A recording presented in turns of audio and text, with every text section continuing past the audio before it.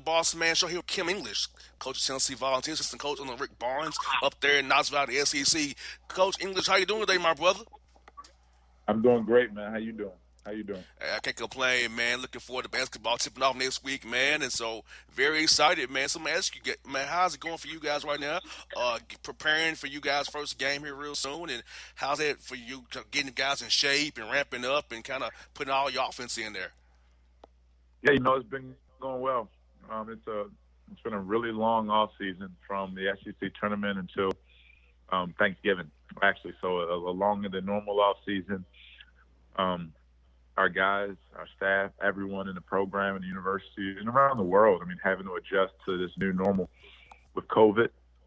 But all things considered, I think all parties involved have done as good a job as they could have possibly done, and now it's time to put it all to test on Wednesday night against Charlotte.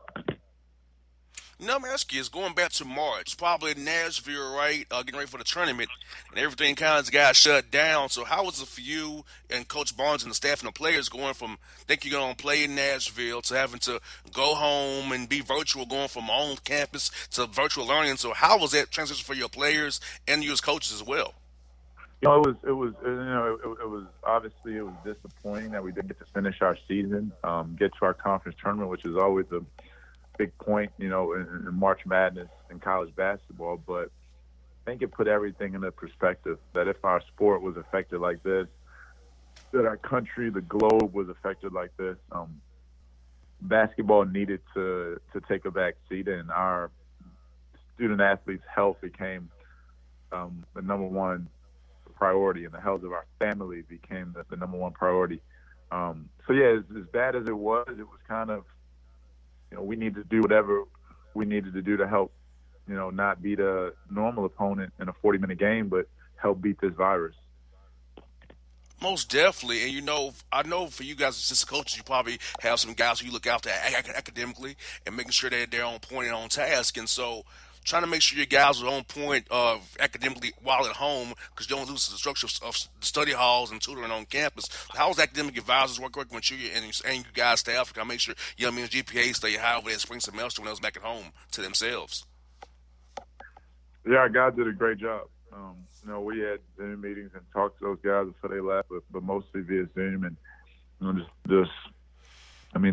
they're here to be students, and again, this is the new normal, and these are the cards, the hand that we've been dealt, and they had to do as good a job as they can, reading and learning and trying to pay attention and stay alert online, and make sure they still could handle their obligations as student athletes. Most definitely, Coach. And also, how did your strength staff try to keep your young men kind of semi in shape? Because when you're back home and inactive, you come back and ramp up. You're asking for a knee, an ankle. Clay Thompson had an Achilles injury the other day. You're asking for a bad injury when guys have been active trying to ramp them back up real fast. So how was it while they was at home trying to keep them in semi shape as you got them back in Knoxville there, getting those guys kind of to the point of being able to play a game and play safely and not get injured? I think we I actually tend to think we overtrain in American sports. We get 2 weeks off after the season and right back in it all spring, and then we plan pickup and training all summer and in the fall. And I think we overtrain. So I was talking about this with some prospects. There's an article last year that a big reason for a lot of the NBA injuries now, Clay, his ACL last year, KD's Achilles last year. They were linking those injuries to the usage of those guys, AAU games and off-season training and all that stuff. So I look at it as you got an opportunity to relax, rest your body, heal an injury. If you want to go on a long walk, go on a jog, do it. I mean, it just wasn't safe to be going to play pickup with someone in April and May. So, our guys did stuff. Our strength coach sent them weight stuff and sent them training and workout things to do. But I thought it was a great chance for those guys to just sit down and watch some basketball. Yeah. Most definitely. And so Oh, via Zoom while they was at home, how much did you all use the Zoom kind of make sure the young men's minds was kind of sharp? Because with a pandemic, the racial unrest we had going on around us during the summer there. So how did you use Zoom to kind of keep your young men's minds fresh and keep them from not getting down and becoming depressed at what's going on all around them? Yeah, we had a Zoom meeting with each guy. We had multiple Zoom meetings with each guy to talk about their season, their expectations from a basketball standpoint, check on them, see how them and their family are doing. But as far as the racial stuff, I'm not sure Zoom had a big impact on that. It was more so our just conversations we had with guys over the phone, face to face. They got back here in June, so that dialogue never stops. Not necessarily via Zoom, but FaceTime, text messaging, phone calls, Instagram DMs. We're constantly in conversation with our guys. Most definitely. And so let me ask you this, Coach English, is for your young men. So trying to make sure that the young men understand the issues of COVID, right? I'm in Atlanta here. You probably saw last night. We had a big event here, and people was all out, right? So how do you get young men, 18, 22 years old, to say, hey, do you want to say yes to go out with your hang with your friends, but you got to say no because if you go out, it can affect a coach, your teammates. We could be out for 2 weeks with COVID quarantine, and we want to play ball, we can't play because of a decision you made. So how do you stress to your young men that I know you're young, but you got to be disciplined right now and say no when you really want to say yes? Um, you can't. If you want something you've never had, you have to do something you've never done. We have a phrase in our program. It's an acronym, ENAM, INAM. I mean, it's not about me. So, during COVID, this time more than ever, it's not about you going out with your friends. It's not about what you want to do. It's about the health and safety of your grandmother, your father who may have a medical condition, your younger siblings, your teammates, about our team and our season. Um, so it's really simple. And we think our guys did a pretty good job of social distancing, wearing a mask, staying away. And we told them it wasn't just them. We weren't asking them to do something we weren't doing ourselves as coaches. And, as these guys become adults and grown men, it's time to step up and make sure they get those things done. Most definitely, most definitely. And what's also good about it is that being in the SEC, you got resources to make sure that your men are safe and healthy testing wise, and you don't have to worry about not having resources. Thank God at UT. So that's also a blessing of being a great university under the leadership of Coach Former there to make sure you guys are safe and everywhere possible. Yeah, no doubt, no doubt. We're very, very thankful for our medicals team, Chancellor Plowman, President Boyd, Coach Former. They've done a great job. Dr. Clink, our trainer Chad Newman, phenomenal job making sure our guys are healthy and safe. Now, Coach English, now you guys have a great roster. You guys some good expectations on you this year from pundits. So, how do you keep your young men grounded? Only focusing on one game, not letting the noise outside of the program get to them mentally. Hey, I think in 2018 they got picked to finish second to last in the league and they won it. So, I don't think you need to look any further than that to show how irrelevant preseason rankings or expectations are. My senior year in college, Texas A&M got picked to win the Big 12, and they finished in last place. So, I don't take any stock in that. Everyone in league play is 0-0. Everyone in the nation is 0-0 on November 25th when we all get started. So those expectations mean nothing. What matters is what we do every single day. It's our process. It's our structure. It's our way of preparing for every single game and in competition. And if you lose yourself in doing your job, doing the next right thing, all that other stuff takes care of itself. Most definitely, coach. And I'm gonna ask you this, man. Scheduling wise, which is scheduling. Um, Seasons got pushed back 2 weeks. I know you probably had your schedule mapped out before it got pushed back. So, how crazy has it been trying to schedule games, knowing that rules are different in each state, trying to deal with quarantines, different teams and their testing protocols to get games the right way for you and your team to prepare them for the SEC play coming up here real soon.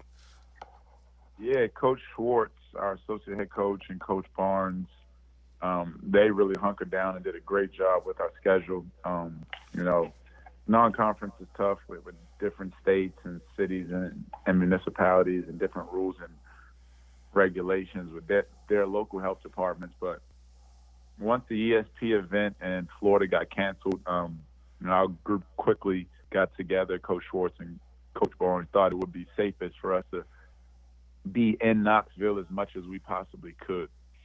And we got the Volunteer Classic going, and we got Charlotte and VCU, two very formidable opponents coming in from the Colonial League and from the Atlantic 10 and from the Conference USA. And really excited about that, but put together a very challenging schedule in a year where not a lot of teams are doing that. But we think it's best to prepare our guys for the buzzsaw that is SEC play. Yeah, and talk about that, coach. From 1 through 14, it's no easy nights in that conference. I mean, it doesn't matter. I mean, it's a true gauntlet. I think people sleep on it, and they shouldn't. Also about the ACC, but ACC is tough as hell as well, coach. Because, like you said, for everywhere you go in that conference, you can lose on that given day or night. Yeah, I mean, I think it's six coaches in the league that have been in the Final Four. Very good coaches, and as evidenced by the NBA draft the other night, no conference in the country had more draft picks than the SEC. No conference in the country had more first round draft picks than the SEC. No conference in the country had more lottery picks than the SEC. So, and again, outside of that, I mean, last year we played Florida State, we played Washington, we played draft picks all up and down last season, and no, the SEC is definitely no gimmies. Any given night, you have to be ready and bring your A game. Also, while you was a coach English, you play for you worked with some great people already. If Frank Hazel had him on 2 feet was weeks ago, he's a great to have him on. Tad Boy had him on a few times as well, and Rick Barnes. So being a coach, man, you're getting baptism by some great men to teach you this business. I know you're a young man rising up in this coaching game. So how's it feel to know these guys took chances on you and believe in you the way they have it as you got out there playing professionally now to be a full time coach? Yeah, great guys. I mean, I talk to those guys almost weekly, and I thank them all the time. And I've had three very, very, very good bosses. And in this industry and in this profession, for me, it's always been about um, it's always been about the program over the job. It's always been about the head coach over the salary. And I've been very fortunate to work for three guys that really, first and foremost, allow you to do your job. If you're a basketball coach, they let you coach basketball, and I really appreciate them for that. And I just, hopefully, I can pay it forward one day. Most definitely. And the coach, you played for the Detroit Pistons for you up there, man. I love my man Mason. How was it up there seeing him every night get the crowd hype at the Palace up there, man? Because I love hearing him and doing his Detroit basketball calls, how he does the game. His flow is sick, man, up there. Yeah, Mason's great, man. Mason's great. The whole city of Detroit, great energy, great toughness. Throwback reminds me a lot of Baltimore, where I'm from. Love Mason, man. Hearing him so much, they got the whole intro engraved in my head. Yes, indeed. Yes, you got that right. Hey, man, it's in mine too. Trust and believe it's in mine, man. So, ask Yep. you about Baltimore, man. I know you're probably a Ravens fan, being from Baltimore City up there, man. So, you got the Yeah. Titans this week. So, how was that being around the office? Being in Tennessee. You're a probably a Raven guy. The Titans in Tennessee. So, how's that been this week for you? The Titans ran all over us last year in the AFC semifinals. Um, yeah, it was a slaughter. what's his name? Henry. What's the running Derrick back they Henry, got? yeah, Derrick Henry, yeah. Man, he ran all over us. Man, it was bad. But no, Titans are great. I've been fortunate to be around some good football. Well, not necessarily at the time, but I went to school in Missouri, so the Chiefs are doing well, and now Titans are doing well, and the Ravens are doing well as well. So Well, hopefully, Coach English, the Falcons won't blow a lead this week. Hopefully, 'cause they know we're known for blowing leads here in Atlanta, so it's all we're good for. they have So I'm hoping we'll be good. Well, Coach English, thank you for your time today, man. And I hope to do this again with you down the road, man. Be blessed, my brother, and best luck to you and your team going forward this year, man. all right. Thanks, brother. Appreciate it. You're welcome. All right.